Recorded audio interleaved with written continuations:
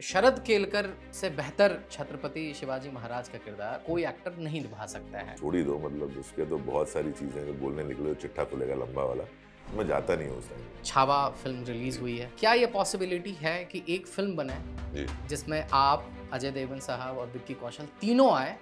मुझे कहीं ना कहीं मुझे लगता है कि लोग मुझे एज ए डबिंग आर्टिस्ट ज्यादा लेने लगे हैं एक्टर के। बीच में प्रभास ने खुद भी अपनी आवाज जी। डब की और इंटरनेट पे ये चलने लगा कि we want Sharad Kelkar back. Baahubali में वो आवाज इतनी बड़ी हो गई मेरी कि पब्लिक रिलेट नहीं कर पा रही थी। ऐसा नहीं कि उन्होंने खराब काम किया होगा या कुछ किया होगा। लोअर मिडिल क्लास के लोग थे हम लोग, बहुत शौकीन, गाड़ी कार वार की देखी नहीं हमने। पिताजी ने भी स्कूटर पे जिंदगी काटी, हम भी स्कूटर और मोपेड भी जीते थे। नहीं, फिर आपने स्प्लेंडर भी लिया था। वो तो मैंने इसलिए लिया क्योंकि पीयर प्रेशर होता है ना उस टाइम, जब दोस्त के पास CBZ है और दिल्ली में था तो हम तो दिल्ली वैसे भी जाते रहते थे विदाउट टिकट टाइप से, टाइम पास। स्पोर्ट्स कॉलेज में थे, बहुत कोटा कोटा बोल के भाग जाते थे हम ट्रेन में बैठ के TT को। कभी टीटी ने पकड़ा आपको? WT हिम्मत कहाँ थी उसमें। चाय की तलब जगती है? हाँ बिल्कुल, मैं चाय वाला आदमी हूँ मैं तो। दिन में कितने कप पी लेते हो? अब तो कम कर दिया है। पहले में तो 6-7 कप चाय पी रहे हैं। आप ही की एक फिल्म है और उसके कोई कलाकार हैं, उनको इतना हैमर कर दिया गया है सोशल मीडिया पे। क्या बकवास कर रहे हो, कौन हो आप बोलने वाले? पहले अपने अंदर झांक के रहो, क्या अचीव किया लाइफ में। हेलो और नमस्ते, क्या हाल चाल है आप लोगों का? Welcome back to another episode of unfolding talents. और आज हमारे साथ हैं एक ऐसे कलाकार जिनके अभिनय में इतना वजन है कि लेस स्क्रीन टाइम में भी ये ह्यूज इम्पैक्ट छोड़ के चले जाते हैं। जहां एक तरफ तानाजी में इन्होंने अपने किरदार को इतनी बखूबी निभाया है कि ऐसा लगता है कि मानो इतिहास इनके रगों में बह रहा हो, तो वहीं दूसरी तरफ बाहुबली की जो वो आवाज है जिसके लाखों लोग दीवाने हैं, उनके पीछे भी यही है। अपने इसी रौबदार आवाज की वजह से आज ये हिंदुस्तान के सबसे प्रतिष्ठित और महंगे डबिंग आर्टिस्ट भी बन चुके हैं। स्वागत कीजिए कमाल के कलाकार शरद केलकर साहब का। कैसे हैं जी आप? नमस्कार विभू जी, थैंक यू सो मच इतने अच्छे इंट्रोडक्शन का। मैं बढ़िया हूँ बिल्कुल। यूं तो आपने कई कमाल किरदार निभाए जी। हैं, जिसने आपको बहुत प्रसिद्धि दी, लेकिन आपके जिस काम ने आपको इज्जत दी हम्म, वो है छत्रपति शिवाजी महाराज का किरदार। आपने जिस अविस्मरणीय तरीके से चित्रण किया उसका पर्दे पर, जी उसने आपको एक अलग पहचान दी। जी। वो किरदार देखते वक्त ऐसा लगता है मानो छत्रपति शिवाजी महाराज का जो तेज है वो स्वयं आपके अंदर उतर आया हो। तो इस किरदार के बारे में और इसकी जो यात्रा आपकी शुरू हुई पर्दे पर निभाने को लेके, कैसे, क्या कहानी है इसकी? अम, ओम राउत जो डायरेक्टर थे फिल्म के, तानाजी द अनसंग वॉरियर के, उनसे मेरा परिचय बिल्कुल नहीं था उससे पहले, उस फिल्म से पहले। और मैं कहीं बाहर छुट्टी पे गया हुआ था और मुझे फ़ोन आया ओम का कि मैं एक फ़िल्म बना रहा हूँ और मुझे आपसे मिलना है। हम्म। मैंने सर मैं तो बाहर हूँ विदेश के, मैं आऊँगा 3 दिन के बाद। और आप जैसे ही आए तुरंत, आप कहाँ रहते हैं? मैंने कहा मैं गोरेगाँव रहता हूँ। तो बाजू में फ़िल्मिस्तान है, मैं हम लोग वहीं शूट कर रहे हैं, आप अगर हो सके तो सीधे आप घर जाते-जाते सीधे स्टूडियो आ जाएँ। ठीक है। तो मैं एयरपोर्ट पे लैंड हुआ, सीधे गाड़ी में बैठा और मैं उतर गया फ़िल्म में, फैमिली चली गई घर। मैं पहुँचा और ओम ने मुझे इंट्रोडक्शन दिया और बात की, ये फ़िल्म बना रहे हैं। और उन्होंने सीधे-सीधे, मैं सोचा नहीं था कि मुझे ऐसा कोई किरदार देंगे, बट उन्होंने सीधे मुझसे बोला कि मैं चाहता हूँ कि तुम छत्रपति शिवाजी महाराज का किरदार आप करें। तो मेरे भी थोड़ा एक शौक था, बिकॉज़ मैंने भी कभी सोचा नहीं था। और जैसा कुछ सुना था महाराज के बारे में, मुझे लगता नहीं था कि मैं बहुत कुछ में जितने एक्टर्स ने भी प्ले किया था मुझसे पहले, वो अलग कद-काठी के, अलग रंग-रूप के थे। तो मुझे भी एक शौकर था कि यार मैं क्यों? उन्होंने बहुत अच्छी लाइन बोली मुझे। वो मुझसे बोले कि यार पहले जिसने भी किया हो, लेकिन मैं चाहता हूँ कि मेरे महाराज ऐसे दिखें। तो आई थिंक कहीं न कहीं वो डायरेक्टर का एक कन्विक्शन होता है आपको लेके, एक किरदार और उसके अंदर जो एक्टर प्ले करने वाला है, वो कन्विक्शन बहुत इम्पोर्टेंट होता है किसी भी क्रिएटर के लिए। राइट। और कहीं न कहीं उस बात ने मुझे बहुत ज़्यादा कन्विंस किया। और फिर हमने उसी वक़्त तुरंत ही एक लुक टेस्ट किया। और जब मैं बाहर आया तो मुझे बनिस्बत ओम का, बल्कि जो बाकी यूनिट मेंबर, चाहे वो स्पॉट बॉय हो, चाहे वो चाय पिलाने वाले हों, उनका एक जो फर्स्ट रिएक्शन होता है ना आपको देख के, वो देख के कहीं न कहीं मुझे बहुत आश्चर्य भी हुआ और कहीं न कहीं एक अलग से फीलिंग आई कि ये नहीं यार, ये लोग ऐसे क्यों देख रहे हैं मेरी तरफ? एंड लिटरली कुछ लोगों ने तो हाथ जोड़ लिया वहाँ खड़े-खड़े। तो मैंने बोला यार ये कुछ अलग हो रहा है, ये लाइफ में कभी एक्सपीरियंस हुआ नहीं है। और उसके बाद जो होता गया ना कहानी के साथ या शूटिंग के दौरान, वो मैं एक्सप्लेन नहीं कर पाऊँगा, बिकॉज़ नॉर्मल शूटिंग जो फ़िल्मों की होती है उसका प्रोसीजर काफ़ी अलग होता है। इसका कुछ अलग, मैं वही बोलता हूँ ना, जब ऐसे किरदार को हम नहीं चुनते, वो किरदार हमको चुनता है, या वो एक व्यक्ति हमको चुनता है बिल्कुल। कि आप मेरी भूमिका निभाएं। तो कहीं कहीं महाराज की आई थिंक ऐसी ही कृपा रही होगी। और नॉर्मली आप सेट्स पे बहुत केओस होता है, बहुत बार आपके आर्ग्यूमेंट्स होते हैं, बहुत सारा रीटेक्स होते हैं, या आप विश्वास नहीं मानेंगे, बहुत लोगों को लगेगा कि यार अभी ऐसा बोल रहा है, बट ये 100% सच बात है कि उस सेट पर ना कोई केओस था, ना कोई चिक-चिक चल रही थी किसी के बीच में, ना कहीं डिलेस थे, ना कहीं रीटेक्स हुए। एक अजीब-सा एक सिंक्रोनाइज़ माहौल था वहाँ पर, और वो सीन होते चले गए। वो ऐसा नहीं हुआ कि मुझे ये करना है यार, मैं कुछ विचार नहीं था मन में कि मैं ऐसे प्ले करूँगा या मैं ऐसे बैठूँगा। जो गाइडलाइंस ऑब्वियसली ओम ने दी थी, उसके भीतर रहते हुए जो मैं कर सका, तो होता गया। और फिर भी मुझे एक वो था कि यार क्या है ना कि हम तो कर लेते हैं, या जो उस फ़िल्म से जुड़े हुए लोग हैं, वो तो एप्रिशिएट करते ही करते हैं। हुँ, बट जो लोग देखने वाले हैं, वो जब तक आपको अप्रूवल नहीं देते हैं, तो वो एक जिसको कहते हैं वैलिडेशन, वो जब तक ना हो तब तक आपको एक 100% कॉन्फिडेंस नहीं आता है कि हमने जो किया है वो अच्छा किया है राइट। कि नहीं यार। बट जिस दिन वो फर्स्ट पोस्टर लॉन्च हुआ और जो प्रतिक्रिया लोगों की आई उसके ऊपर, आई थिंक उसके बाद कुछ कहने के लिए था नहीं मेरे पास, ना किसी के लिए पूछने के लिए था। हो गया बस वही। Okay, okay. वो दिखता है जब आप पर्दे पर वो किरदार निभा रहे होते हो, उसका जो इम्पैक्ट बाद में हुआ है। इंटरनेट पर पता नहीं आप तक ये खबर पहुँची है कि नहीं पहुँची है। ऐसे मीम्स चलते हैं, ऐसे पोस्ट लिखे जाते हैं कि शरद केलकर से बेहतर छत्रपति शिवाजी महाराज का किरदार कोई एक्टर नहीं निभा ये सकता है पहुँचती मेरे पास पीक भी है, लेवल मैं भी रहता हूँ सोशल मीडिया पे थोड़ा बहुत, पे। उतना नहीं हूँ लेकिन हाँ, राइट, राइट, मैं भी राइट। पढ़ता रहता हूँ। तो ये जनता का प्यार है जो दिया है उन्होंने। और हमेशा मैंने ये बहुत जगह देखा है, बहुत जगह लिखते रहते हैं वो लोग कि why don't you make a film? अभी मेरे हाथ में नहीं है फ़िल्म बनाना, राइट। ना मैं प्रोड्यूसर हूँ, हुँ, उतना बड़ा जो इतनी बड़ी फ़िल्म बना सके। बट हाँ, मैं किरदार करने के लिए हमेशा रेडी हूँ। बट मैंने हमेशा ये कहा है कि अगर मुझे अगर एक पूरी फ़िल्म या एक पूरी सीरीज़ अगर छत्रपति शिवाजी महाराज के ऊपर बने, तो मैं ज़रूर अवश्य वो किरदार करना बिल्कुल, चाहूँगा। बिल्कुल, बिल्कुल। आप विश्वास नहीं मानेंगे, और फैक्ट है कि जब से तानाजी रिलीज़ हुई है, ऑलमोस्ट 5 साल हो गए हैं आज फ़िल्म रिलीज़ हुए। मुझे सैकड़ों इवेंट्स में, सैकड़ों जगह बुलाया गया है, जहाँ से उनकी एक रिक्वेस्ट होती है कि आप महाराज की वेशभूषा में आएँ। और अच्छा। हज़ारों में पहुँच, दो नंबर आई थिंक सैकड़ों के ऊपर पहुँच गया होगा। और मैंने आज तक एक भी ऐसी जगह नहीं गया हूँ, जहाँ मैं महाराज की वेशभूषा में गया हूँ। हुँ, मुझे उस व्यक्ति, जो इतने बड़े व्यक्ति हैं, उनका उपयोग नहीं करना है। मुझे उन्हें हुँ, जीवंत करना है, उन्हें उपयोग नहीं करना है। तो मैंने हमेशा उस बात को टाला है, या मना कर दिया है साफ कि नहीं, अगर आपकी ये शर्त है कि मैं महाराज की वेशभूषा में हूँ, तो मैं नहीं आऊँगा कभी। तो वो मेरा एक नियम है कि मैं जिस व्यक्ति ने मुझे इतना सम्मान इस इंडस्ट्री में दिया है, मैं उपयोग नहीं करना चाहता उसका। हुँ, हुँ। मुझे वो समझ में नहीं आता है कि अपने निजी स्वार्थ के लिए आप मतलब कहाँ जा रहे हो, मतलब तो मुझे वो कभी समझ में नहीं आया। इसलिए ना मैं छोटी भूमिका, कई फ़िल्मों में आया है कि आप सर 6 सीन है महाराज के, आप कर लीजिए। मैं नहीं करूँगा, क्योंकि आप उपयोग करना चाहते हो। हुँ। आप उनके नाम पे फ़िल्म को बढ़ावा देना चाहते हो। आप उन पे फ़िल्म बनाओ, मैं करूँगा। अभी देश में छावा फ़िल्म रिलीज़ जी, हुई जी, है। जी। बहुत अच्छा कमाल कर रही है, विक्की जी, कौशल ने कमाल का काम किया है उसमें, जी, वो छत्रपति संभाजी महाराज का रोल कर रहे हैं। तानाजी में अजय देवगन साहब थे।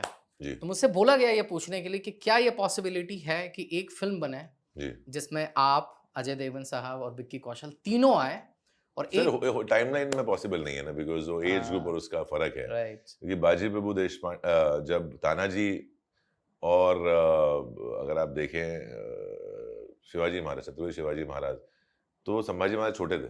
हुँ, तो वो बहुत मैच करना मुश्किल है, वो एक फ़िल्म में बहुत मुश्किल हो जाएगा वो पिरोना। हुँ, हुँ, टाइमलाइन मैच नहीं करता उसके अंदर। तो वो थोड़ी शक्यता कम है उस चीज़ की। ओके। बट हाँ, अगर ये बहुत लोग सवाल आप क्यों नहीं करते? मैंने कहा यार ये सवाल मेरे लिए नहीं है, उन प्रोड्यूसर्स के लिए है। जो ये सोचते हैं, मुझे लगता है कि महाराज का किरदार निभाने के लिए उन्हें किसी बड़े या फिर सो कॉल्ड बड़े एक्टर की ज़रूरत है। मुझे नहीं लगता कम से कम कि अगर वो चांस मुझे मिले तो मैं कुछ कमी छोड़ूँगा उस किरदार को प्ले हुँ, करने में। बट है अभी लोगों का हुँ, हुँ। वो इंडस्ट्री का नहीं, गणित अलग गणित चलता अलग है। चलता है, और हुँ, गणित से कुछ होता नहीं है मुझे लगता है कम से हुँ, कम। हुँ, हुँ, नहीं तो कई सारी अच्छी फ़िल्में 12th फेल कहीं लापता हिट लेडीज नहीं होती है, लापता हम्म, लेडीज उतनी हम्म, एक्लेम नहीं होती है, श्रीकांत उतनी बड़ी हिट नहीं नहीं होती। होते। Right right right right right.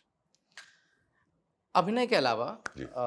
जो आज की जनरेशन हाँ। आपको याद रखती है वो है आपकी बुलंद और दमदार आवाज़ के जी लिए। जी। कई सारे फिल्मों में कई जगह आपकी आवाज़ हम लोगों ने सुनी। ये डबिंग वाला जो चीज़ है ये आपके लाइफ में कब एंटर होता है? नहीं डबिंग वाली देखिए कैसी है, जब मैं टीवी करता था। हाँ हाँ। अब टीवी में आपको पता है शूटिंग कैसी होती है, अब दिन रात शूटिंग कर रहे हैं, टेलीकास्ट जाना है, अपलिंक होना है कभी, अब वो डबिंग करनी है उसकी, डबिंग तो आती नहीं करते हैं। और पहले पहले तो जा भी नहीं पाते थे डबिंग करने के लिए, तो सीन तो हमने अच्छा किया लेकिन हम डबिंग पे नहीं जा पा रहे हैं, तो उन्होंने कोई मेरी जैसी आवाज़ वाले को बुलाया, उसने भी अच्छा किया लेकिन वो परफेक्ट नहीं हो सकता। जो इमोशंस मैं लेके आया हूँ वो शायद वो ना कर पाए, बिकॉज वो एक स्टूडियो में बैठा है, उसको एक्सपीरियंस उतना प्रैक्टिकली नहीं मिल रहा है डबिंग करने का। वो अपने से कोशिश करते थे लेकिन वो मैच नहीं होता था। तो जो आप टेलीकास्ट देख रहे हो खुद, तो आपको खराब लग रहा है कि यार सीन तो मैंने अच्छा किया था, या डबिंग ने खराब कर दिया सीन। फिर उसके बाद नया सेट, कुछ साल बाद एक ट्रेंड आया कि सेट पे ही वो लैपटॉप और माइक वाइक लेके आते थे कि आप शॉर्ट्स के बीच में डबिंग कर दें। तो आप डबिंग कर रहे हो, जल्दी जल्दी बुला रहे हैं शॉट के लिए आपको, सर शॉट रेडी है, वेट कर रहे हैं सब लोग, तो फटाफट डबिंग करके भाग गए, तो क्वालिटी अगेन अच्छी नहीं आती थी। तो कहीं ना कहीं वो सीन्स खराब होते थे आपके। तो मैंने बोला यार डबिंग करनी है तो क्यों ना सीख ली जाए। और बच्चन साहब ने एक बार, शायद बच्चन साहब ने कहा है कि आप डबिंग से अपना परफॉर्मेंस बढ़ा भी सकते हैं, अच्छा भी कर सकते हैं और ख़राब भी कर सकते हैं, तो बेटर टू लर्न। तो मैं मोना शेट्टी के पास गया, यहीं उनका ऑफिस था, आपके ऑफिस के पास में पहले। तो मैं गया, मुझे डबिंग सीखनी। बोला आप तो अच्छा टीवी कर रहे हैं, इतने अच्छे पैसे कमा रहे हैं, हमारे यहाँ तो पैसे मिलते नहीं है ऐसे। मैंने मुझे सीखनी है, सिर्फ मुझे कर करके सीखनी है। मेरे लाइफ का रूल ही है कि लर्न वाई लर्न वाला, कि मैं पैसे दे के नहीं सीखता, मैं पैसे लेके सीखता हूँ। तो मैंने बोला कि आप जो भी दोगे चलेगा मुझे, बट मैं करना चाहता हूँ। तो वहाँ से शुरुआत की मैंने, छोटे छोटे किरदार करना शुरू किए एक्सपीरियंस के लिए कि यार मैं डबिंग, क्योंकि जब आप डबिंग स्टूडियो में एक डबिंग डायरेक्टर के साथ प्रॉपर डबिंग करते हो, जहाँ आपके पास टाइम कंस्ट्रेंट नहीं होता है कि वो नहीं बोल रहा है यार फटाफट शरद जी आपके पास दूसरे का नंबर, ऐसा नहीं बोलता है वो। जब तक उसको अच्छा टेक नहीं मिलेगा वो ओके नहीं करता है, क्योंकि उसका वो काम है और वो प्रायोरिटी है उसकी। तो वहां से शुरुआत हुई, फिर धीरे धीरे करते करते करते एक चांस मिला बाहुबली डब करने का, और फिर रेस्ट इज हिस्ट्री। मतलब कैसे ओके। बाहुबली तो लोकप्रिय काम आपका हो गया डबिंग के साइड का। उससे पहले आपने किन किन किरदारों को अपनी आवाज़ दी? मैंने बहुत सारी हॉलीवुड की फिल्म्स डब की, बिकॉज तब साउथ की फिल्म बहुत ज़्यादा डबिंग होती नहीं थी इधर। एक बाहुबली ने पूरा ट्रेंड चेंज किया है, जहाँ ये पैन इंडिया फिल्म का कल्चर आया है। उससे पहले पैन इंडिया फिल्म्स होती नहीं थी ज़्यादा, इक्का दुक्का होती थी। जैसे हमने, मतलब हिट आप देखोगे तो हिंदुस्तानी एक फिल्म आई थी बहुत पहले, कमल हसन साहब की, वो डब हुई थी, या ऐसी कुछ गिनती की फिल्में डब होती थी। और वो भी उतना डबिंग पे ध्यान नहीं देते थे कि कैसी हो रही है, उनको बस रिलीज करनी होती थी पिक्चर। बहुत गंदी होती थी, बहुत गंदी होती थी, बहुत रिलीज कर दें पिक्चर बस। अभी भी बहुत सारी फिल्में ऐसी रिलीज होती हैं बाय द वे। तो उससे पहले मैंने कई सारी हॉलीवुड फिल्म्स डब की, जैसे एक्समैन की है, या ये की है कौन सी, अरे तो नाम भी भूल जाता हूँ अभी तो पिक्चर भूल गए आप। स्मॉफ्स की है, फिर प्लैनेट ऑफ द एप्स की है। तो कई सारी फिल्में की मैंने डब, और अच्छी, कुछ मोआना की मैंने डब, बहुत अच्छी फिल्म है वो, मुझे बहुत पसंद है। फिर फास्ट एंड फ्यूरियस की थी। तो कई सारी फिल्में उस टाइम हॉलीवुड एक्टर्स के लिए की। इनफैक्ट मुझे याद है एक बार जब मैंने मोआना की थी, तो मैंने ड्वेन जॉनसन को ट्विटर पे मैसेज किया, तो उनका रिप्लाई भी आया था मुझे। तो बड़ा खुश हो गया, मैंने कहा यार ड्वेन जॉनसन ने रिप्लाई किया है। तो वो फिल्म की। फिर बाहुबली आई, उसके बाद मैंने ऑफ लेट डबिंग बहुत कम कर दी है, अभी मैं नहीं करता ज़्यादा डबिंग। तो कहीं ना कहीं मुझे लगता है कि लोग मुझे एज ए डबिंग आर्टिस्ट ज़्यादा लेने लगे हैं बनस्बत एक्टर के, जबकि मुझे वो, मेरा एक साइड ऐसा करता रहता हूँ जब मुझे कोई चीज़ अच्छी लगती है। तो मेरा एक प्रोफेशन नहीं है डबिंग करना। ओके। मैं उसको वॉइस एक्टिंग बोलता हूँ, ऐसे भी डबिंग बोलता नहीं। ओके। आपको कभी ऐसा सुनने में आया कि आप जो हैं वो प्रभास की आवाज़ हिंदी भाषी लोगों के लिए तो कम से कम है, ये दो राय नहीं है, सभी बोलते हैं। और मैं ये बोल रहा हूँ कि बीच में प्रभास ने खुद भी अपनी आवाज़ डब की, और इंटरनेट पे ये चलने लगा कि we want Sharad Kelkar back, और इसीलिए फिर आदि पुरुष में वापस आपने आवाज़, सलार आदि पुरुष, सलार में भी आपने आवाज़ दी। क्या होता है ना, किसी भी एक्टर की, अगर मैं तेलुगु में जाके कोई फिल्म करता हूँ, तो मुझे ये रहेगा कि यार मैं ही डब करूँ। इनफैक्ट मैंने भी कोशिश की थी। मैंने जब एक फिल्म की सरदार गब्बर सिंह, तो दे आस्क्ड मी, पवन कल्याण पवन वाले। कल्याण सर के साथ, तो डायरेक्टर ने कहा आई वांट योर वॉइस। अब चूंकि क्या हुआ ना, उस फिल्म का प्रॉब्लम ये हुआ कि मुझे डेट भी याद है, 8 मार्च की रिलीज थी फिल्म और 26 फरवरी तक शूटिंग ही कर रहे थे। ओह! ऐसे कुछ था टाइम, मार्च था या अप्रैल था। तो 10 दिन का ही गैप था और एक पूरी, आपको अगर 30 सीन डब करने हैं अलग लैंग्वेज में तो बहुत टाइम जाता है। तो मैं डबिंग करना शुरू की मैंने, और अच्छी डबिंग भी हो रही थी। मैंने कुछ 3 सीन ही किए थे, 2 दिन निकल गए उसके अंदर। तो ना रियलाइज़ कि यार मैं उस टाइमलाइन में डब नहीं कर पाऊँगा पूरा, या करूँगा भी तो अच्छी नहीं कर पाऊँगा। हुँ। तो फिर हमने म्यूचुअल डिसाइड किया कि नहीं, हम किसी और से करवा लेते हैं तेलुगु में। हिंदी मैंने डब की, फिर वो 2 दिन में हिंदी डब कर दी मैंने, जो तेलुगु में डायलॉग्स थे क्योंकि। तो कोशिश की, तो हर एक एक्टर का एक रहता है कि यार अगर मैं ही डब करूँ तो अच्छा रहेगा। अनफॉर्चुनेटली या फॉर्चुनेटली कह लो कि बाहुबली में वो आवाज़ इतनी बड़ी हो गई मेरी कि पब्लिक रिलेट नहीं कर पा रही थी। ऐसा नहीं कि उन्होंने खराब काम किया होगा या कुछ किया होगा। होता ना, एक कॉम्बिनेशन बन जाता है कि यार राइट। ये एक्टर, ये आवाज़, कई बार ऐसा हुआ भी है। हीरोइन्स को तो काफ़ी हुआ है ऐसा। तो अब वो हो गया, उसके बाद उन्होंने कोशिश की 2 फ़िल्मों में, बट देन वो उनका कॉल भी नहीं होता, वो डायरेक्टर प्रोड्यूसर का कॉल होता है कि हुँ, हुँ। व्हिच वॉइस दे वांट और कैसा होता है। तो इसमें एज़ एन एक्टर मैं चाहूँगा कि मैं खुद ही करूँ, तो वो भी चाहते थे प्रभास। हुँ, अभी हुँ। भी कोशिश कर ही रहे हैं वो, ऐसा नहीं है। ओके। एक सीरियल आया करता था जिसका नाम है सात फेरे। हुँ। अब सात फेरे एक ऐसा सीरियल था कि जो शादीशुदा शुदा मर्द हैं, वो आपको बोला करते थे कि नाहर सिंह का किरदार उसमें हाँ, आपने हाँ। किया था कि भाई साहब, बख्श दो, असल दुनिया में ऐसे किरदार एग्ज़िस्ट बख्श नहीं दो हमें, करते। आप ऐसा नहीं होता एक्सपेक्टेशन है। लेवल क्यों ऐसा लेके जा रहे हैं? जी, जी। बहुत बहुत लोगों ने शिकायतें भी की हैं इसकी, बहुत हाँ। सारी माँओं ने तारीफ़ भी की है कि हमको दामाद ऐसा चाहिए जो नाहर सिंह जैसा हो। तो एक समय है देखिए, और ये टीवी का इम्पैक्ट उस पर्टिकुलर टाइम में जो 10 साल थे वो, मतलब जो 2000 का जो पूरा टाइम रहा है, 2001 से लेकर 10 तक, उस टीवी का इम्पैक्ट बहुत ज़्यादा था लोगों पे, बिकॉज़ ओटीटी नहीं थे, मनोरंजन, और महिलाओं के लिए तो स्पेशली। हुँ, आप घर में ही हैं, खाना बना रहे हैं, टीवी देख लिया, टीवी देखे ही जा रहे हैं, तो और आप वहाँ ये नहीं होता था उस टाइम पे, लोग किरदारों से बहुत प्यार करते थे। फिर वो किरदार कुछ भी कर रहे हो शो के अंदर, उससे फ़र्क नहीं पड़ता था। हुँ, इनिशियली जब आप शो शुरू होता है, तो वो किरदारों को कैसे एस्टैब्लिश करते हैं और वो कितना जनता के साथ या ऑडियंस के साथ कनेक्ट कर लेते हैं, वो इम्पोर्टेंट था उस टाइम पे। तो आप कहीं भी किसी भी शो को देखें, तो पहले 6 महीने में बहुत अच्छी कहानी, किरदार डेवलपमेंट पे काम किया जाता था। फिर उसके बाद चलने दो, जो चल रहा है। तो वो दौर था जहाँ बहुत पुरुषों को बड़ी ईर्ष्या थी मुझसे, और महिलाओं को बड़ा स्नेह था हुँ, कि अरे दामाद हो तो ऐसा, यार पति हो तो ऐसा हो, तारीफ करता है, बीवी का साथ देता है हमेशा। हाँ, तो वो एक गोल्डन टाइम था किसी किरदार के लिए। आप देखेंगे जितने किरदार उस टाइम पे हुए, चाहे वो राम ने किए हों, राम कपूर ने किए हों, चाहे वो हुसैन रौनक ने राय किए हैं। हों, चाहे हुँ, रौनित ने किए हों, हुँ, सारे किरदार ऐसे थे जिससे लोग, महिलाएँ बहुत प्यार करती, बिकॉज़ बड़े ऑनेस्ट और अच्छे हस्बैंड हुआ करते। हुँ, हुँ, ओके, मैं तो ओके। वैसे भी हूँ, मतलब रियल लाइफ़ में। जी हाँ, बिल्कुल, बिल्कुल। ये टीवी का जो दौर था और अभी टीवी में जिस तरह से चीज़ें हो रही हैं, बहुत सारे मतलब टैलेंट शो आ गए हैं, रियलिटी शोज़ आ गए हैं। उस समय ऐसा बोला जाता था कि टीवी हमेशा से फीमेल ओरिएंटेड ऑडियंस को कैटर करती है और वहाँ पे उस पूरी इंडस्ट्री में ऐसा भी माना जाता था कि मेल एक्टर्स के लिए ग्रोथ का उनका कम चांस है। हुँ। उस दौर में जब आप टीवी शुरू करते हो और अपने किरदार से इस तरह से प्रभावित करते हो, जैसा आपने बोला कि आपके किरदार को लोग देखते हैं। जी। उस पूरे दौर को और अभी वाले टीवी के दौर को कैसे देखते हो आप? आप विश्वास नहीं मानेंगे, मतलब मैं आज देखूँ अगर सात फेरे, तो मैं हमेशा बोलता हूँ यार कितना खराब काम किया है मैंने लाइफ ये आप खुद में। मैं आपको खुद बोल बोलता हूँ। देते हो? ओके।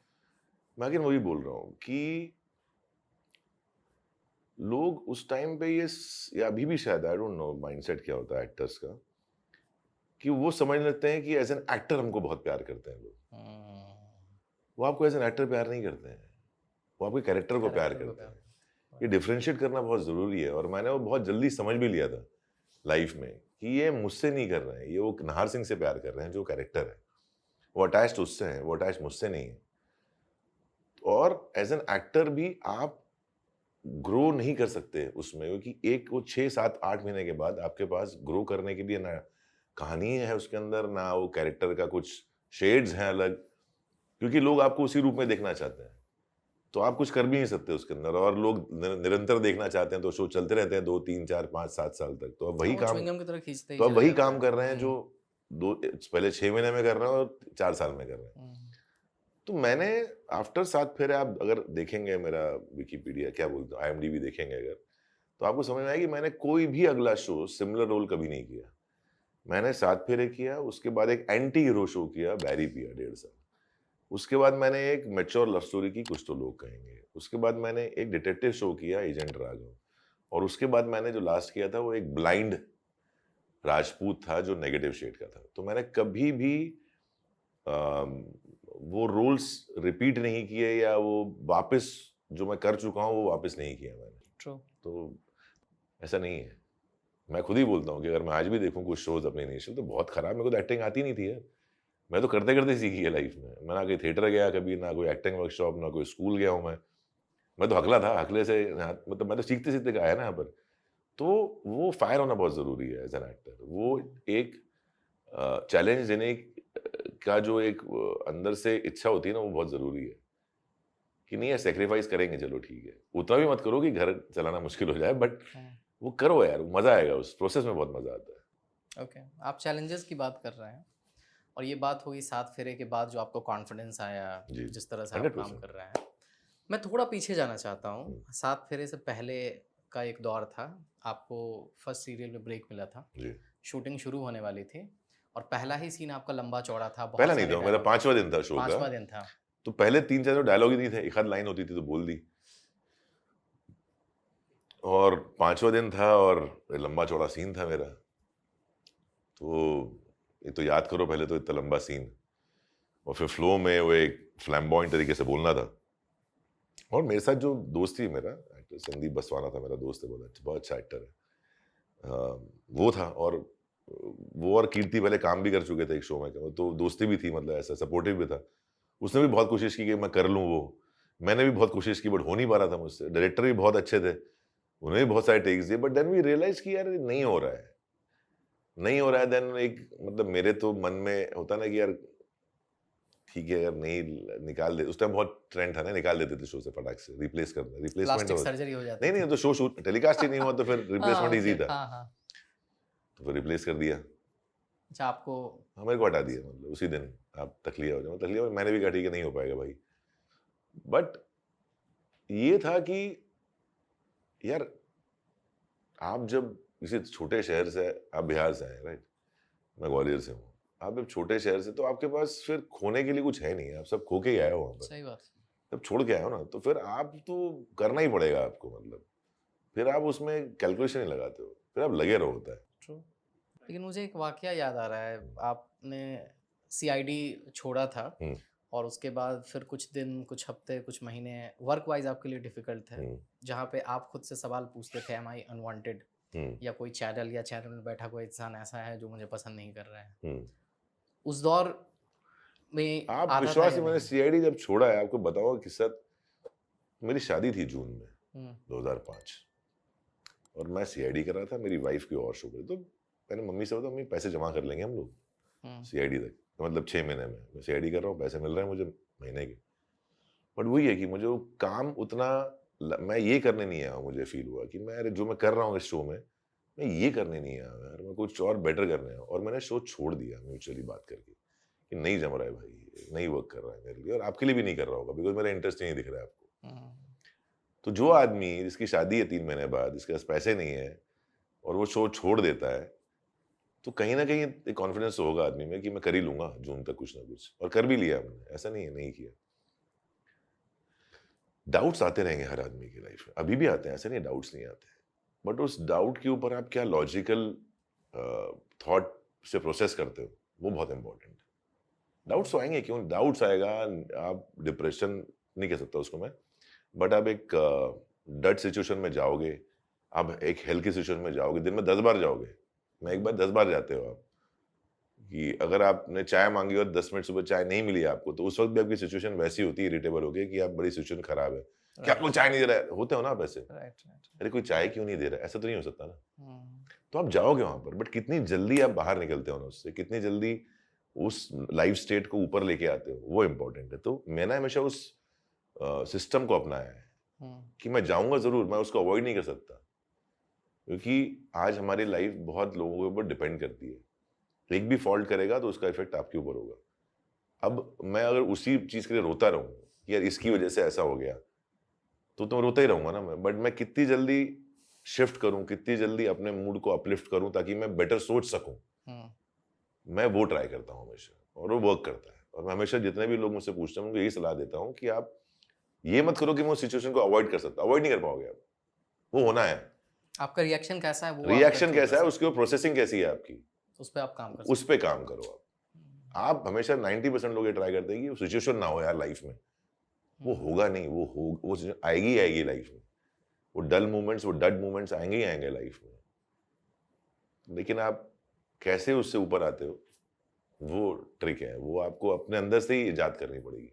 ओके। तो वो रूल शरद, बहुत जरूरी आपको जो आपकी जो ये समझ है जी जिंदगी के प्रति, जो आपकी जी ये जी समझ है, क्या इसका रीजन ये भी है कि जिस तरह से आपने जिंदगी को देखा है आगे बढ़ते हुए, आप शायद क्लास 11 में थे जब आपके पिताजी का जी देहांत हो गया जी था, और उसके उसके बाद जो सारी चीज़ें हुई आपके लाइफ में घटित, तो ये क्या समझ वहाँ से आती है, बिल्कुल, जिंदगी की कहीं ना समझ? कहीं है वो एक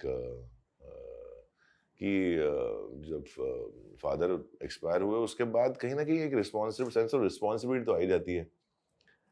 और क्या होता है ना लाइफ में ना, खैर मेरे फादर से मैंने बहुत सीखा है। जब वो मतलब 11वीं तक तो थे, मैंने हमेशा उनको मुस्कुराते हुए देखा है, मैंने कभी उनको ऐसा डड मूड में देखा नहीं लाइफ में।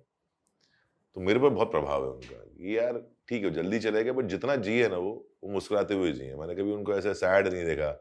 मम्मी चिल्ला रही है बड़ी, उनको फर्क ही नहीं पड़ रहा उन पे, वो अपना काम कर रहे हैं, अपना उनका एक शेड्यूल है वो फॉलो कर रहे हैं। चिल लाइफ थी उनकी बहुत, मतलब आज जो चिल लाइफ कहते हैं ना, मैंने अपने डैड की देखी है। क्या करते थे वो? इंजीनियर थे, सरकारी नौकरी में थे, ओके। तो पीडब्ल्यूडी में थे सब इंजीनियर, तो बड़े चिल रहते थे लाइफ में। और खुश हैं, मतलब तो खुद का खुश होना बहुत जरूरी है ना लाइफ में। तो अगर मेरी मम्मी गुस्सा भी हो रही हैं और ये मना भी ले 10 मिनट लगा के, तो दिन सॉर्ट आउट हो गया ना आपका।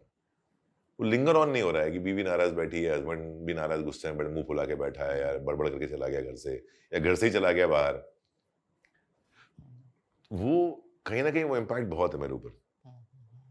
ये वैसे भी चीज़ है ना शरद, कि जैसा आपने बताया कि जब आपके पिताजी का देहांत हुआ तो घर की जो स्थिति परिस्थिति हुई होगी, और जिस तरह की जिम्मेदारियां आप लोगों पर आई, आपके ऊपर, माँ के मम्मी के ऊपर। ऊपर नहीं, बट देखिए ऐसा है कि हम पहले से ही हम लोग यार, हम लोग बहुत ही लोअर मिडिल क्लास के लोग थे। हम लोग बहुत शौकीन, गाड़ी कार वार की देखी नहीं हमने।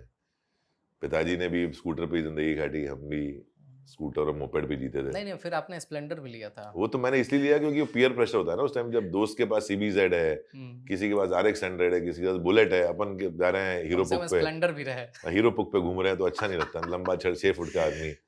तो मैंने नौकरी भी की और उसी से EMI भरी मैंने, और काफी चली। अभी कुछ साल पहले, मैं 2-3 साल पहले वो गाड़ी भंगार में बेच दी। बट तो मैंने अपनी जरूरतों के लिए काम करना शुरू किया कि यार मैं वो एक्स्ट्रा जरूरतें या एक्स्ट्रा एक्सपेंसेस अपनी मम्मी के ऊपर नहीं डालूंगा।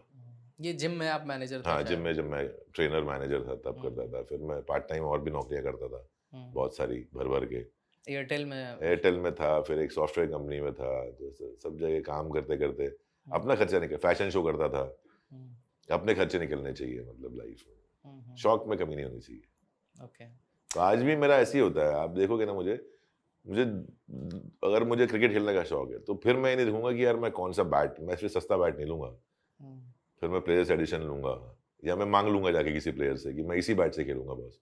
तो अजिंक्य रहाणे मेरे बहुत से दोस्त हैं, तो मैंने उनसे 2 बैट मांग लिया। मैंने कहा मैं आपके बैट से खेलूंगा, मैं मार्केट से जाके बनाऊंगा नहीं बैट, मेरे को बना बनाया बैट दो। तो स्वीटली अजिंक्य ने दे भी दिए, जो सूर्या ने दिए नहीं है, बात करूंगा। अच्छा, खेलने इस पॉडकास्ट के बाद दे देंगे वो। दे देंगे वो। पापा आपको क्या बनते हुए देखना चाहते थे? क्रिकेटर? नहीं, क्रिकेटर तो ऑब्वियसली उन्होंने बचपन से क्रिकेट ही सिखाया है मुझे, मतलब। अच्छा, वो खेलते थे? और वो ये जान गए थे कि लड़का मैथ्स में बहुत अच्छा है, तो इंजीनियर बनने के चांसेस ज्यादा हैं। बन भी जाता। फर्स्ट टाइम जब अटेंड किया था तो मुझे इलेक्ट्रिकल इंजीनियरिंग मिला था भिलाई में, बट अगेन वही फादर एक्सपायर हुए थे, मॉम अकेली थी, तो मेरा जाना मुश्किल था। अगले साल मैं जो उस उम्र में हर लड़के का होता है गड़बड़, तो फिर नहीं सिलेक्शन हो पाया। पर चाहते थे कि वरना क्रिकेटर में क्रिकेट खेले, क्योंकि वो खुद क्रिकेट बहुत अच्छा खेलते थे। तो मतलब मैं लोगों को बताता हूँ कि मैं कभी टेनिस बॉल से क्रिकेट खेला ही नहीं है। अच्छा मुझे आज तक आता ही नहीं टेनिस बॉल से क्रिकेट खेलना। मैं पहले कॉर्क बॉल से खेलता था, फिर उस सीजन बॉल से क्रिकेट खेलना शुरू किया। हम उसको कॉस्को बॉल बोलते नहीं, हैं। कॉस्को टेनिस की होती है। अच्छा वही टेनिस। लाल एक लाते हाँ, हैं हाँ। वो कॉर्क होता है ना, जो कॉर्क समझ रहे, हाँ, छिलके हाँ, छिलके हाँ, निकल हाँ, जाते थे हाँ, फिर उसके। Right right. वो हार्ड बॉल होता है, लगता है वो। हम्म टेनिस बॉल तो कॉस्को तो येलो वाला बॉल है ना। हम्म। नहीं, उससे नहीं। येलो वाला भी और रेड भी आता है कहीं कहीं। विक्की खन्ना के ऐसा करके कुछ तो आता था। हाँ, पुराना ना विक्की हाँ खन्ना। हाँ करेक्ट विक्की, करेक्ट, अच्छा आपके यहाँ में हाँ हाँ, आता था। विक्की की बॉल, हाँ करेक्ट, हाँ विक्की की बॉल होती थी, विक्की करेक्ट। की बॉल होती थी ना, हाँ, हाँ। वही कॉर्क बॉल। तो आपने अच्छा उससे आपने खेला है। उससे खेला है, बट वो हाँ लगती है बॉल, वो तो यार वो टेनिस हाँ बॉल हाँ से हाँ, नहीं वो होती है, वो लगती है, तो वो लगती है। वो सीजन बॉल का हाँ वो लगती है, एक वो वर्जन है छोटा। दूसरा वर्जन, हाँ। लगती है वो बॉल बहुत, और यहाँ भी लगी है मुंह पे कई बार की अच्छा। बॉल। तो मैं, मुझे याद है, मैं आई थिंक कितने साल, मैं थर्ड या फोर्थ स्टैंडर्ड में हूँ, तब से मैं उसी से खेलता हूँ। हम्म, तो मेरे को आता नहीं है टेनिस बॉल से। बहुत लोग बुलाते हैं मुझे खेलने के लिए कि हमारा ये चल रहा है, लीग आ रहा है, खेलो। मैंने कहा मुझे आता ही नहीं, मैं क्या खेलूँ। मुझे अंडर आर्म नहीं आता था, खेलते ना ऐसे, मुझे नहीं आता वो खेलते। वो तो तौहीन है क्रिकेट के, अंडर आर्म से तौहीन। अब यार मैं नहीं बोलना चाहूंगा, बहुत दोस्तों की लीग्स हैं उसके अंदर, बहुत लोग पैसा कमा रहे हैं उसमें, मैं नहीं बोलूंगा। ओके, आप क्या, आप बैट्समैन हो या बॉलर हो आप क्या? ऑलराउंडर उसे अच्छा, सब कुछ। सब कुछ करूंगा मैं। विकेट कीपिंग, वो बॉलिंग। तो सीखी है मैंने। कीपिंग तो इंसिडेंस है, मैं जब 7th स्टैंडर्ड में था तो मेरी हाइट थी 5 फुट। तो मैं 7th 8th 9th almost 9th तक मैं प्रॉपरली, मैंने 3 साल विकेट कीपिंग सीखी है। अच्छा। एक छत्तीसगढ़ के एक बहुत अच्छे विकेट कीपर थे, चंद्रकांत पाणिग्राही करके, उनसे मैंने बाकायदा, और मैं उस टाइम पे छोटा था इतना, मैं सीमेंट पिच पे सीजन बॉल से कीपिंग करता था, पास खड़े होके। बहुत अच्छा कीपर था, तो बड़े खुश रहते थे। फिर सडनली क्या हुआ, मेरी एक साल में 10 इंच हाइट बढ़ गई। अच्छा। तो कीपर के लिए हाइट ज्यादा होना ना, इंडियन फिजिकलिटी के हिसाब से, जो मतलब हमारी इंडियन एनाटॉमी है उसके हिसाब से सस्टेनेबल नहीं है, बैक चली जाएगी आपकी। अच्छा। तो मेरे कोच ने बोला कि यार देख, अभी तो ठीक है, बट कुछ एज के बाद ना मुश्किल हो जाएगा, क्योंकि तेरे को बैक पेन में स्टार्ट हो जाएगा, बिकॉज कंटिन्यूसली उठक बैठक करना है। और अभी तू 5 फुट 10 इंच का है, आई एम श्योर कि व्हेन यू आर 16-17 तो और ऊपर जाएगा, तो बहुत मुश्किल होगा। 6 फीट के ऊपर कीपिंग करना मतलब थोड़ा सा। तो स्टार्ट बॉलिंग। तो फिर मैंने बॉलिंग स्टार्ट, बैटिंग करता ही था मैं, विकेट कीपर बैट्समैन था, तो बॉलिंग स्टार्ट की। तो मैं, कोई मौका देगा तो मैं कीपिंग अभी भी कर सकता हूँ। आजकल क्योंकि फॉर्मेट चेंज हो गया ना। हाँ हाँ, राइट राइट। पहले 35 ओवर्स या 50 ओवर्स होता था, अभी 20 ओवर है, 10 ओवर है, तो कर सकते हैं आराम से। ओके। बट ये यंग लोग है ना, देते नहीं, उनको लगता है कि नहीं कर पाएंगे, उनको क्या होता है जान कितनी है अंदर है। Right, true true true true. Match वगैरह देखते हो आप? खेलते भी है, देखते भी, जा रहे हैं देखते भी खेलने हो। के लिए भी तो वापस। टेस्ट मैच देखा था? बिल्कुल देखते हैं, अभी टाइम नहीं मिलता उतना टेस्ट मैच देखने का, अभी शूटिंग इंडिया, रहती इंडिया है। का जो था लास्ट पूरा नहीं देखा मैंने यार, मैंने कोई मैच बीच में, लेकिन देखना पसंद है मुझे, टेस्ट मैच देखना ज्यादा पसंद है। मतलब T20 तो ऐसा फॉर्मेट है जो सब फन के लिए एंजॉय करते हैं, but I prefer test match over one days. Okay, तो चैंपियंस ट्रॉफी आप देखने वाले हो पूरा? आपके साथ बैठा हूँ, कहाँ देख पा रहा हूँ। अरे यार, स्कोर बताओ भाई, क्या हुआ मसरूफियत स्कोर? ज्यादा है। एक बीच में स्कोर बता दो यार। अच्छी पार्टनरशिप हुई थी बांग्लादेश की, वो देखी मैंने। कुछ 70-80 कितना, 10 ओवर में 5 विकेट चला गया था उन लोगों चला गया का? था ना उसके बाद, लेकिन 100 कुछ रन तक वही 5 ही थे। तो उसके बाद कितना आपने स्कोर? देखा 5 ही है, तो बोला ना 100 पार्टनरशिप बन गई है अच्छी। Okay okay. तो शायद माँ की बात हो रही थी, हम्म। ग्वालियर की बात हो रही थी, आप इंजीनियरिंग में जाना चाह रहे थे, आप उसमें सिलेक्शन नहीं हुआ, मिस्टर इंडिया में आपका सिलेक्शन हो गया था शायद। हाँ आपने माँ को कुछ बताया भी नहीं था, और हाँ, फॉर्म पहले भरने तो से बताया लेके नहीं था सब कुछ। जब मैं कौन सा जोन होता है, ईस्ट जोन कौन सा है अपना, नॉर्थ नॉर्थ इंडिया जोन से, वाला, हाँ नॉर्थ जोन। नॉर्थ दिल्ली में था, तो हम तो दिल्ली वैसे भी जाते रहते थे विदाउट टिकट टाइप से, टाइम पास। स्पोर्ट्स कॉलेज में थे, बहुत कोटा कोटा बोल के भाग जाते थे हम ट्रेन में बैठ के टीटी को। तो कभी टीटी ने पकड़ा आपको? डब्ल्यूटी? हिम्मत कहाँ थी उसका। स्पोर्ट्स कॉलेज के लड़कों को कोई पकड़ता नहीं है, हिम्मत नहीं है ना? हिम्मत नहीं होती। ओके, बदमाश थे ना थोड़े से हम लोग। अब थोड़ा लगता है कि नहीं यार, गड़बड़ करते थे लाइफ में, बट ओके। ये वो फेज है उस टाइम में, हाँ, उसको हाँ। एंजॉय कर लिया, वो ठीक है। तो जब नॉर्थ जोन का आया, तो मेरे दोस्त बड़े उंगली करते थे मुझे, मतलब मैं लोकल मॉडलिंग करता था, तो मुझे बोला कि यार वो तुमको नहीं आता मिस्टर इंडिया में। अब जब MBA करने लगा तो कुछ बाहर के लड़के पढ़ने आते हैं ना, जैसे बंगालीज आ गए, कुछ यहाँ के आ गए, थोड़े पढ़े लिखे इंग्लिश बोलने वाले बच्चे आ गए, तो व्हाई डोंट यू गो। मैंने कहा यार मेरे को अंग्रेजी आती नहीं है, और वहाँ सब हाई फाई लोग आते हैं, दिल्ली बैंगलोर यहाँ वहाँ से, तो मैं तो कहाँ से होगा। बोला नहीं आजकल हिंदी ही बोलते हैं लोग, टेंशन मत ले तू, जाट वाट भी आते हैं, यहाँ से आते हैं वहाँ से आते हैं। मैंने कहा, ठीक है। हम्म, नॉर्थ पहुंच गया, अपन ने दे दिया एक उनका जो होता है प्रिलिमिनरी, हिंदी में जवाब दे दिया, सिलेक्शन हो गया। जब सिलेक्शन हो गया उसके बाद फिर मैंने अपनी मम्मी को बताया कि बैंगलोर में फाइनल्स है और मुझे जाना पड़ेगा। तो मम्मी का एक और लोड था कि यार अब सब कपड़े बनवाओ इसके लिए, ये कपड़े करेगा। मैंने कहा नहीं, वो मैं कर लूँगा, जमा किया है मैंने, थोड़ा बहुत दे देना मुझे, बट बाकी मैंने जमा कर लिया है। सो फिर वो कर लिया। फिर अंग्रेजी आड़े आ गई मेरे वहाँ पर। तो एक बहुत अच्छे डिज़ाइनर है दिल्ली के, तरुण तैलियानी साहब। तो जब लास्ट आप 10 में खड़े होते हो तो हर एक से सवाल जवाब का सिलसिला शुरू होता है। मेरे को आज तक नहीं पता क्या सवाल पूछा उन्होंने मुझे, आज तक समझ में नहीं आया। 22-23 साल हो गए मुझे, मेरे को नहीं समझ में आया क्या सवाल पूछा उन्होंने। इतना कठिन अंग्रेजी में सवाल पूछा मुझसे, तो उस टाइम तो समझ ही नहीं पाया मैं क्या पूछा, और आज भी समझ में नहीं आया क्या है वो। तो मैं कुछ उल्टा पुल्टा जवाब दे दिया मैंने, ऐसे सिंपल, ऐसे होता है ना टिपिकल पेजेंट के जवाब होते हैं, I want to do this for society type. तो फिर निकाल दिए गए टॉप 10 के बाद। बट फिर वही है कि आए वापस, फिर बॉम्बे आ गए, फिर स्ट्रगल चालू हो गया। फिर चाहत आपकी लेकिन बहुत अलग अलग मुकाम से होके गुजरी। आप क्रिकेटर बनना चाह रहे थे, आप इंजीनियर बनना चाह रहे थे, मिस्टर इंडिया बनना चाह रहे थे। मेरे को ये भी पता चला है कि आप आर्मी में भी जाना चाह रहे हाँ, थे। मैंने सीडीएस क्लियर किया यार, एसएसबी के लिए गया हूँ मैं। इलाहाबाद में आप, हाँ, कॉन्फ्रेंस में बाहर हो गया मैं, तो किस्मत नहीं थी शायद। वो भी वैसा था ना कि 10 से 15 सेकंड में ही वो आपको जज कर लेता है लोग, लेकिन हाँ, आपका वो 15-20 कॉन्फ्रेंस मिनट में, तक चला। हाँ वो कुछ चला 5-7 मिनट मेरा, तभी समझ में आ गया था कि बॉर्डर लाइन केस हूँ मैं। तो डर के जियो बाहर 15 मिनट। बॉर्डर लाइन केस क्या हो मतलब? बॉर्डर केस होता है कि दे वांट टू डिस्कस, और दे हैव उनको थोड़ा सा कंफ्यूजन है आपके बारे में कि वेदर टू टेक हिम और थ्रो हिम आउट। अच्छा। तो वो उस पर थोड़ा सा आपसे सवाल जवाब करते हैं। उनका क्राइटेरिया क्या है मुझे नहीं पता है कि उस सवाल जवाब का क्या नतीजा क्या होता है, या उसका क्राइटेरिया क्या है, ये नहीं पता। बट हाँ, अगर आपके सवाल जवाब बढ़ गए वहाँ पर 3 सवाल के ऊपर, तो मतलब आप बॉर्डर लाइन केस हो, they are thinking about you. But then अगर आपको लाइफ स्टेट ऊपर है ना, अगर है तो फर्क नहीं पड़ता आपको। फिर मैं बहुत हाई लाइफ स्टेट वाला आदमी हूँ। ओके। मतलब मुझे नहीं फर्क पड़ता, मैं वो चाय से भी खुश रहता हूँ। मुझे नहीं चाहिए कि अच्छा मैं आपके स्टूडियो में आया हूँ तो कैन वी ऑर्डर स्टारबक्स और समथिंग लाइक। मैं नहीं हूँ तो ऐसा। मैंने देखा आपने बोला है कि अदरक कूट के लाओ हाँ, और आप मैंने चाय कहा पी मैं रहे ऐसा हो। नहीं हूँ। मैं आके can be please call Dhiren, please call for Vietnamese cold brew from, ऐसा नहीं हूँ मैं वो देसी है, वो सिंपल सा आदमी हूँ। मेरी वाइफ और मैं अभी भी बातें करते कभी कभी कि जब हम डेटिंग, हमने 2-3 महीने डेट किया, लेकिन हम जब वो एयरपोर्ट के पास, अभी तो बहुत हाई फाई एयरपोर्ट कैसे बन गया है, उस टाइम पे एक बालाजी करके स्टॉल होता था। हम कई बार घंटों वहाँ गाड़ी के अंदर बैठ के 2 कप चाय, 2 ग्लास चाय पीते थे। टाटा सफारी थी उस समय आपके नहीं, उस टाइम तो वो थी यार मेरे पास, एक मेरे पास 800 थी मेरे पास, अच्छा। उनके पास सेंट्रो थी। ओके।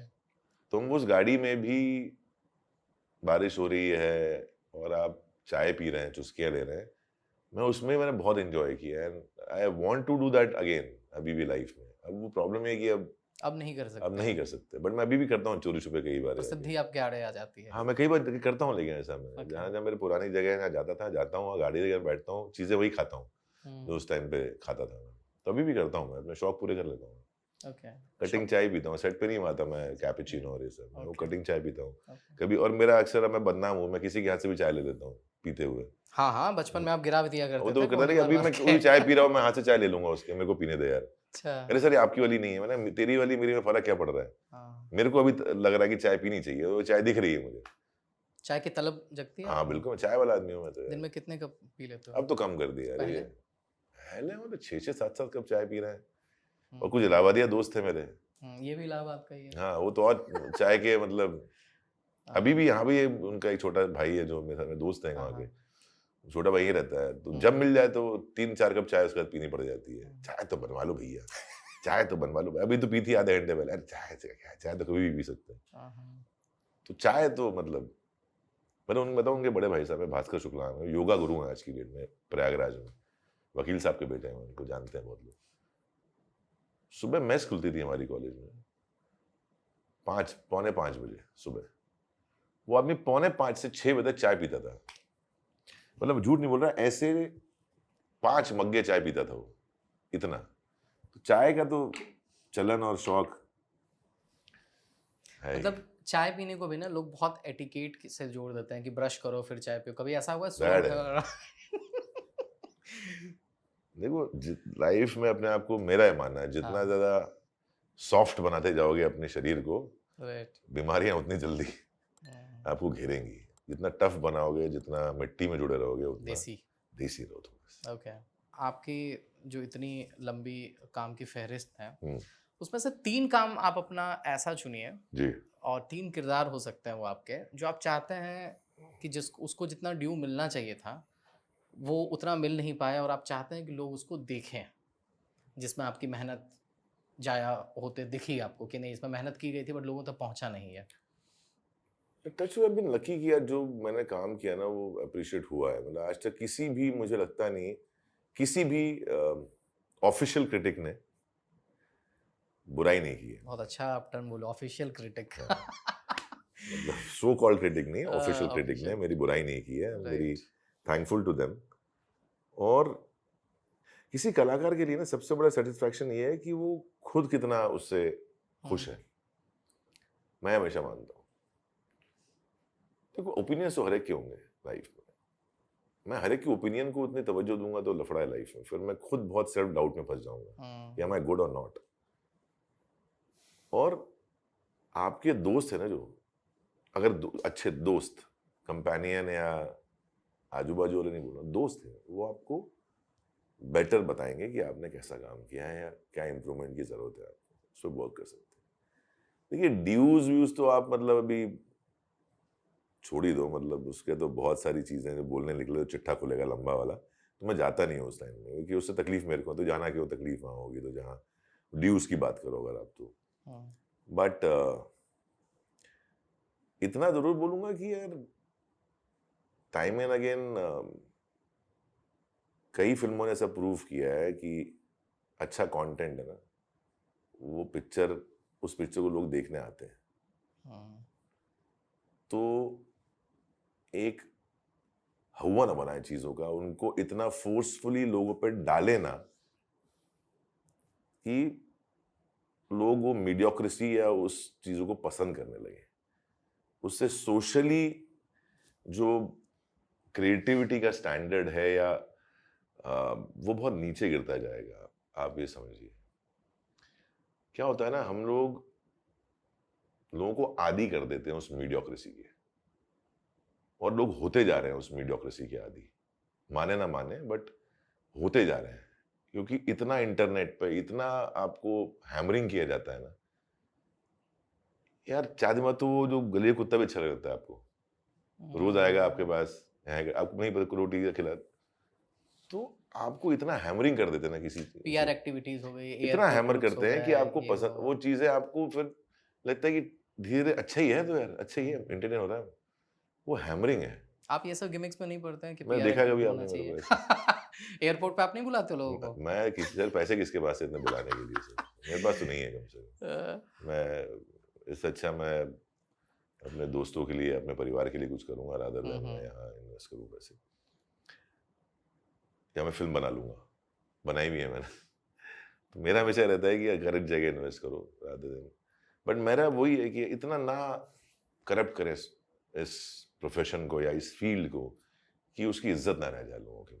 नहीं शर्मा, अभी वैसा भी हो गया ना कि आप ही की एक फिल्म है और उसके कोई कलाकार हैं, उनको इतना हैमर कर दिया गया है सोशल मीडिया पे कि अब लोगों को देखिए ही मैं समझ बताता हूँ, में उसमें बताता हूँ मैं आपको, चांसेस हर एक को मिलते हैं, ठीक है, आदमी मेहनत करता है पूरी, हर आदमी पीआर करता है फिल्म के दौरान, हर आदमी मेहनत करता है, कोई ज्यादा करता है, कोई कम करता है, कोई पीआर कम करता है, कोई ज्यादा करता है। आप है ना, एक आदमी जो शायद एक नॉन फिल्मी बैकग्राउंड या नॉन एक्टिंग बैकग्राउंड से आया हो, वो सीखा, उसने एफर्ट मारे, एडीए काम किया, जो भी किया उसने एफर्ट किया फिल्म के अंदर, ठीक है। कुछ लोगों को पसंद भी आया, कुछ लोगों को नहीं भी आया होगा, इंडिविजुअल चॉइसेस है, मेरे बारे में भी होती हैं, कई लोगों को नहीं आता काम पसंद, कई लोगों को आज पसंद आता है। आप इतना क्यों, मतलब आपको किसने हक दिया है इतना क्रिटिसाइज करने का यार? कल मैं आपके बारे में इंटरनेट पे गाली देना शुरू कर दूं, आप बर्दाश्त करोगे क्या? नहीं करोगे ना। किसने हक दिया मेरे को आपको गाली दूं मैं? नहीं, जब इंस्टाग्राम आया था लोग उससे फोटो डालते थे अच्छी अपनी, कितना अच्छा माहौल था देखा। अब रील और वो भसड़। अभी आप क्या बकवास कर रहे हो उसके ऊपर बैठ के, मतलब जिसके बारे में आए दिन आपको हक बनता है चाहे नहीं बनता है, आप बोले जा रहे हो मतलब लोगों के बारे में, क्यों? कौन हो आप बोलने वाले? पहले अपने अंदर झांक के दो, क्या अचीव किया लाइफ में आपने। लोगों को बुरा लगेगा मेरे ये बात सुन के, लेकिन मेरा पॉइंट है कि यार एफर्ट्स की वैल्यू करो किसी आदमी की। वो सक्सेस रेशो, नहीं सक्सेस नहीं, फेलियर ये बाद में बहुत देखेंगे। जरूरी बात आप कह रहे हो, क्योंकि उससे नेगेटिविटी और टॉक्सिसिटी फैलती मतलब है इतनी कि टॉक्सिसिटी बढ़ा दी आपने, मतलब क्या आज हम्म, मतलब इंस्टाग्राम देखने का मन नहीं करता है यार। सही मतलब बात पहले है। खुश होते थे यार, अच्छा इसके इतने अच्छे मोमेंट्स चल रहे हैं, आपने कुछ अच्छी फोटो डाली यार, कितनी अच्छी क्लिक की है फोटो, या अच्छा वीडियो डाला है आपने, या एक हस्बैंड वाइफ रील बना रहे हैं, कॉमेडी रील है, मजाक मस्ती है, गेटिंग एंटरटेन्ड। अभी आप trolling trolling trolling trolling toxicity trolling क्या बना रखा है अपने प्लेटफॉर्म्स को यार, मतलब हद से ज्यादा। मतलब चलिए इसी नोट के साथ हम लोग अपने बातचीत को विराम देते हैं। आई होप आपको बिल्कुल, अच्छा लगा हो। मुझे बहुत अच्छा लगा यार बात करके। हाय, मैं हूँ शरद केलकर, और अगर आपको ये पॉडकास्ट अच्छा लगा हो डिजिटल कमेंट्री पे, तो प्लीज लाइक करें, सब्सक्राइब करें, और इनसे रिक्वेस्ट करें कि दोबारा बुलाएं। Thank you, thank you.